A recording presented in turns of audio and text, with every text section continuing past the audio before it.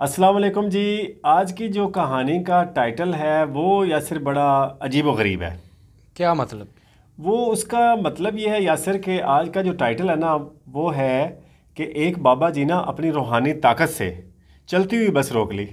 यार ये कैसे पॉसिबल है? अब ये पॉसिबल है या पॉसिबल नहीं है ये तो पता चलेगा वीडियो देख के। ठीक है। तो यासिर पहले वीडियो देखते हैं और फिर देखते हैं कि इंजीनियर साहब उस पर क्या कमेंट कर रहे हैं। ठीक है। ये हम इंजीनियरिंग इसलिए करते हैं कि आपके दिमाग खुलें कि बुखारी मुस्लिम में तो साहबा के ऐसी वाकयात नहीं मिलते। शक्कर कर गया। असल में मैं नाम इसलिए नहीं बुजुर्गों के लेता, कुछ लोग नहीं पसंद फरमाते इन बातों को।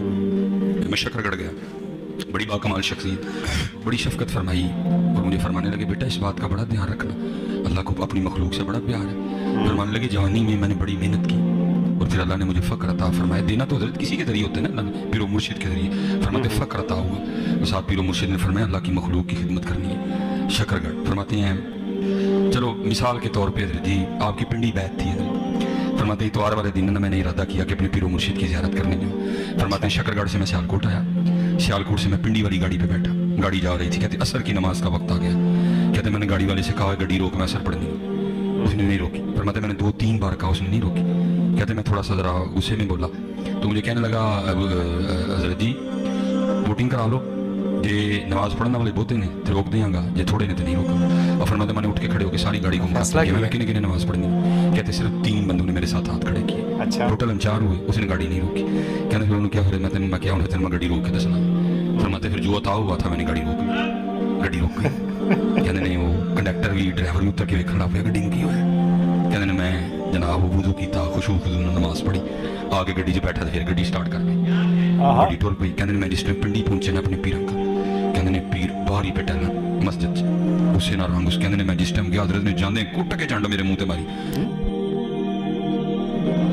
आपने जाते मेरे मुंह पे थप्पड़ दे मारा और मुझे फरमाने लगे तुझे इसलिए दिया था कि अल्लाह की मखलूक को परेशान करे हैं? अच्छा, क्यों गाड़ी रोकी तूने?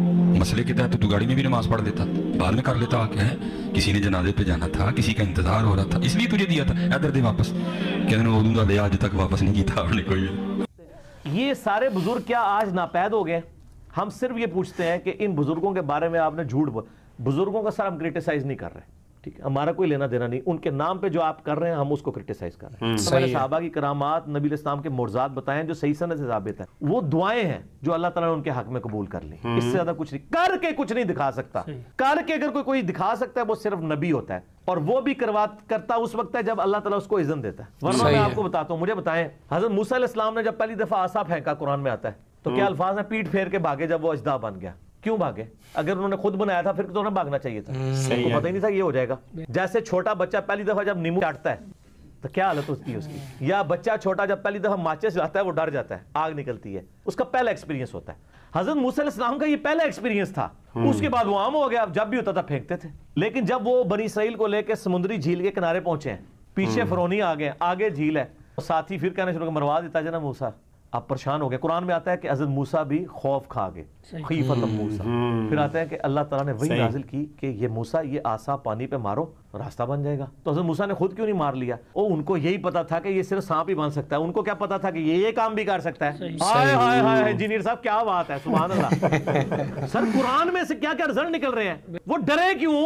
वो डरे इसीलिए कि उनको यही पता था ये कर सकता है, और उनको पता था ये वही कर सकता है जितना अल्लाह ने इसे कहा हुआ है। मैं अपने मर्जी से इससे ये काम नहीं ले सकता कि इसने ये काम भी कर देना है वो, और उसने करना भी कुछ, मार के भी देख लेना ना सर, कुछ भी नहीं सी होना। वो उसी वक्त ही होना था जब अल्लाह ने वही के जरिए रास्ता बना है। और 10 कमांडमेंट फिल्म में उन्होंने वो बकायदा सीन फिल्माया। तो सर ये बातें आपको बताती हैं कि कुरान और सुन्नत का दीन और बाबों का दीन और किताबों का दीन और बाबों का दीन और ये सारे बुजुर्ग क्या आज नापैद हो गए?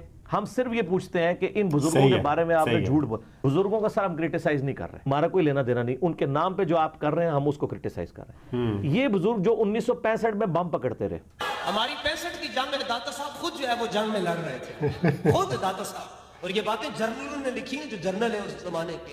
कोई सबक दाढ़ी शरीफ वाला बाबा उधर गोला आंदा है, फाड़ के मिस कर देता है। तो पाकिस्तान के लिए जंग हो दाता साहब आ सकते हैं, नामूस रिसालत का मसला हो दाता साहब इधर डटे रहेंगे। जब जरूरत आई कि पाकिस्तान में 10 साल तक खुदकुश हमले होते रहे, बुजुर्गों ने बम पकड़ने छोड़ दिए, नाराज हो गए क्या? आपको पता है ना, यही लाहौर वाले मजार के ऊपर बम हुआ, फटा, 55-60 लोग शहीद हुए। उस वक्त तो बुजुर्ग कोई काम नहीं आया कि जो अपनी कब्र से निकल के रावी के पुल पे बम पकड़ते थे, अपने मजार वाला बम नहीं उनसे पकड़ा गया। जाली, झूठ, सब झूठ है। अब कभी मैंने बताया, मीडिया की वजह से कोई चीज कोई नहीं करके बता सकेगा, क्योंकि पहले भी कोई नहीं था, ऐसे ही है, किया हुआ था उन्होंने, क्या कुछ नहीं करके। वो जी बुजुर्गा ने कराची वाला समुंदर रोके है, और कराची की सारी सीवरेज बाहर आ जाती बारिश के अंदर, वो नहीं रोकी जा रही। समुंदर से तो सीवरेज रोकना आसान काम है ना, अल्लाह ना करे समुंदर आ जाए, मैं तो डरदा वहां, वरना तो मैं मतलब बदवा भी दे रहा कि एक बार चढ़े तो पता लगे कि रुकदा है कि नहीं रुकदा। तो सर ये, और बल्कि मुझे ये जब सारे धमाके हुए ना, तो मुझे एक बंदे ने टेक्स्ट मैसेज किया कि आज प्रेस क्लब के सामने एहतजाज होगा औलिया अल्लाह के मज़ारात की हिफाजत के लिए। मैंने कहा देखो, मैंने उसको फिर जवाब लिखा, मैंने कहा कल तक तो औलिया अल्लाह आपकी हिफाजत करते थे, आज आप उनकी हिफाजत के लिए निकल खड़े हुए हैं, औलिया का क्या कर रहे हैं आपने। तो फिर मैंने उसके साथ लिखा कि आप प्रेस क्लब के सामने एहतजाज की बजाय ना इन मज़ारों के ऊपर एहतजाज करें कि सर की हो गया, कितने रह गए हो, उड़ते साढ़े यार नक्कू के मुंह पै गई है, ठीक है ना। अच्छा, ये बातें अल्लाह के लिए आप नहीं करेंगे, क्योंकि अल्लाह का कहीं दावा नहीं है। अल्लाह ने तो अपने सामने खाने काबे पे चढ़ाई होते भी देखी है यजीद के मसले में, और हुसैन को शहीद होते भी देखा है। दुनिया बकदरे एफर्ट है, लेकिन आपका बुजुर्गों के बारे में ये दावा है। दादे पकड़े छुड़ाए मोहम्मद ते मोहम्मद दे पकड़े छुड़ा कोई नहीं सकता। रब नप लिया तो हुजूर छुड़ा लेंगे, जे हुजूर ने नप लिया तो बच कोई नहीं होनी।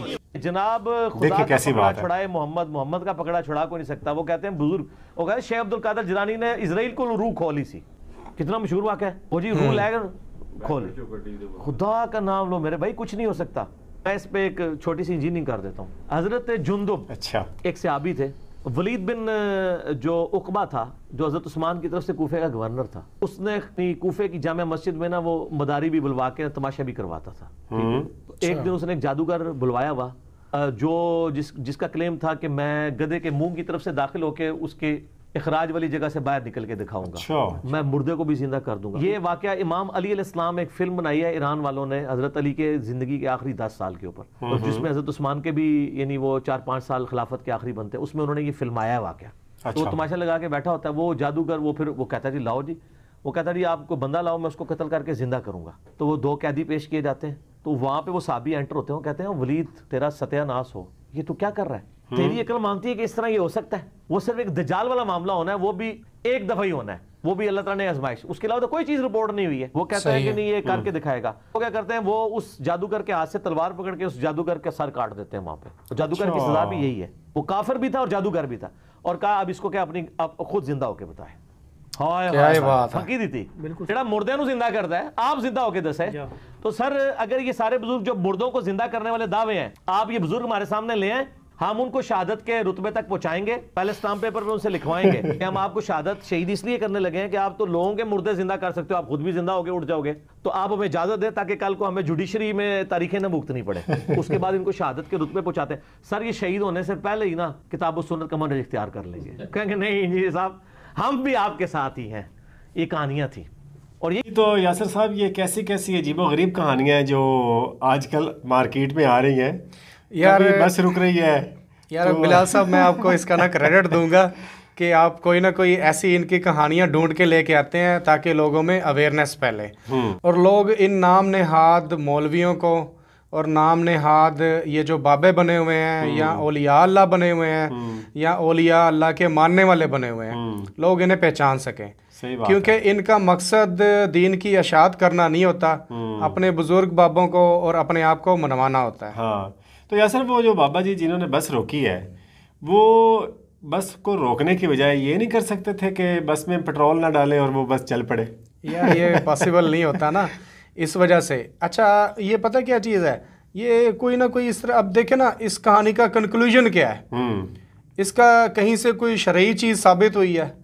कुछ भी साबित नहीं। इसका कंक्लूजन यासर ये है कि बाबा जी कुछ भी कर सकते हैं, इसका नतीजा ये है। मतलब जो वो ड्राइव करना चाह रहे हैं ना इस चीज़ में से, वो यही है कि बाबा जी के पास ताकतें हैं और वो कुछ भी कर सकते हैं। हाँ वही ना, मैं वही बात कर रहा हूँ कि कोई शरई मसला तो इसमें डिस्कस नहीं हुआ, ना ही कोई सोल्यूशन पेश किया गया। इसमें उन्होंने बाबा जी की ज़ात को ही मनवाया है, ठीक है, और बाबा जी ने आगे से उनको थप्पड़ मार दिया कि जी तूने ऐसा क्यों किया। अच्छा उन्होंने जी वापस ले लिया क्या वापस, क्या उनकी पॉकेट में कोई चीज़ डाली हुई थी जो वापस ले लिया है या उनको कोई ताज पहनाया हुआ था जो उतार के उन्होंने फिर अपने पास वापस ले लिया है। तो मतलब यार ये बिल्कुल नाम नेहाद चीज़ें हैं जो जिनका हकीकत के साथ कोई ताल्लुक नहीं है। और यासिर जो बाबा जी बम पकड़ते रहे, हाँ, तो ये अच्छा, एक यासिर अब्दुल्ला शाह गाजी मज़ार है इधर कराची में, जी जी, तो उसके बारे में मैंने बहुत ज़्यादा सुना हुआ है, शायद आपने भी सुना हो। जी मैंने सुना हुआ कि जितना मर्जी पानी आ जाए, हाँ, पानी दरबार के अंदर नहीं घुस सकता।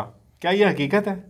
यार ये लोगों की बनाई हुई कहानियाँ हैं। अच्छा, बहुत सारे लोग ना ये समझते हैं कि समंदर को ना अब्दुल्ला शाह गाजी साहब ने रोका हुआ है। अच्छा, जब भी ये तूफान वगैरह आते हैं ना तो लोग चढ़ावे वगैरह वहाँ पे जाके चढ़ाते हैं, तो अब्दुल्ला शाह गाजी साहब जो है ना वो तूफान को रोक लेते हैं। अच्छा, ये लोगों का कॉन्सेप्ट है प्रॉपर। ठीक है, तो इसी वजह से वो एक मिथ बनी हुई है कि वहाँ पे अंदर पानी नहीं दाखिल हो सकता।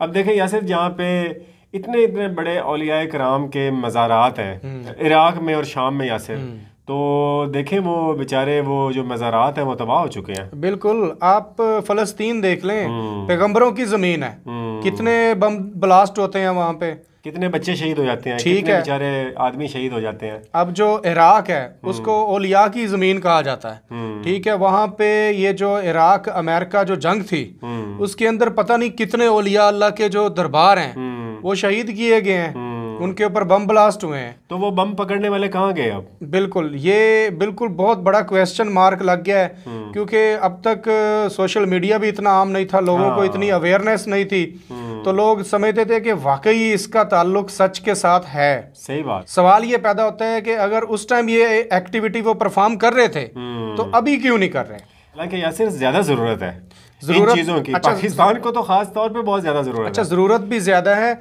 और अगर वो आज इस तरह की कोई वो एक्टिविटी परफॉर्म कर देना तो उनके मशहूर होने के चांसेस भी बहुत ज्यादा है। सही कह रहे हैं। सोशल मीडिया की वजह से आपको पता है वीडियो कैसे कैसे वायरल होती है। लेकिन आजकल यासर ये चीजें नहीं हो सकती, वो इसलिए कि आज कैमरा मौजूद है। बिल्कुल, ठीक है, तो हर बंदे को पता है कि मेरी हर चीज रिकॉर्ड हो जानी है। बिल्कुल ऐसे तो इस तरह की करामात अब खत्म हो चुकी हैं।